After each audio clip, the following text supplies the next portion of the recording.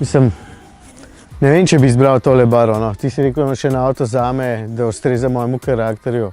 Mogoče sem res malo bolj mladosten, ampak ženski pa... A ti si snimaš? Jesus! Ok. No, tole je prenovljena Toyota Aygo. Barva je pač kakršna je, zelo zanimiva in ženskam je zelo všeč, ampak jaz se bom raje posvetil drugim stvarem. V bistvu je nov celoten sprednji del, tudi tele lučke in v bistvu tudi barva nova, no. Potem pa znotraj je tudi še nekaj te barve, tale zaslon je nov in tudi vmesnik je prevetren, prav super dela. Po novem je na voljo tudi z Android Auto in Apple CarPlay. Ok, dosti greva, preden jo kdo vidi.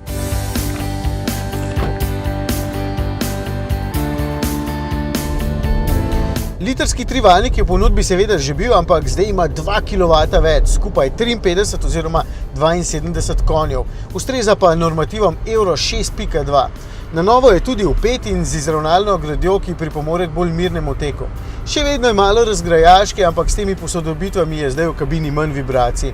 Motor je v redu, čisto nič mu ne manjka, za šviganje po mestu bo povsem dovolj. Manjka mu le malce navora ob samem štartu, zato se večkrat zalotim, da vrtljaje nabijam v višave, da mi pač ne bi crknil. 5,6 pije na 100 km in to z mestno vožnjo, kar je super. V bistvu je težko boljše. Programsko so spremenili tudi krmilni mehanizem, ampak bistvenih razlik na volanu ne opazim. Če niste zahtevni in če se večinoma vozite takole po urbanih okoljih, ne boste imeli prav nobene pripombe. Če imate veliko relacij in avtoceste, pa pač pogledajte za kakšnim večjim in težjim avtom. Tale ima opremo Excite, to je tretja po vrsti od 6 in po bombončkih, ki se začnejo na črko X. Po X-u na maski verjetno so hoteli poudariti možatost avta. Ja.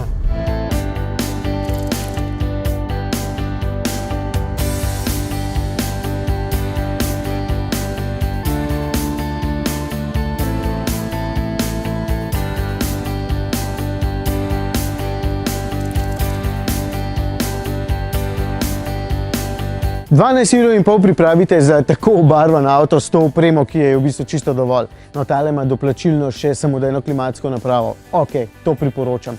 V bistvu je zelo v redu. Zanimiv avtoček, sploh zdaj, ko sta prevetrena zunanjost in pa drobovje. Sva? Ok. Daj ključe Rebeki.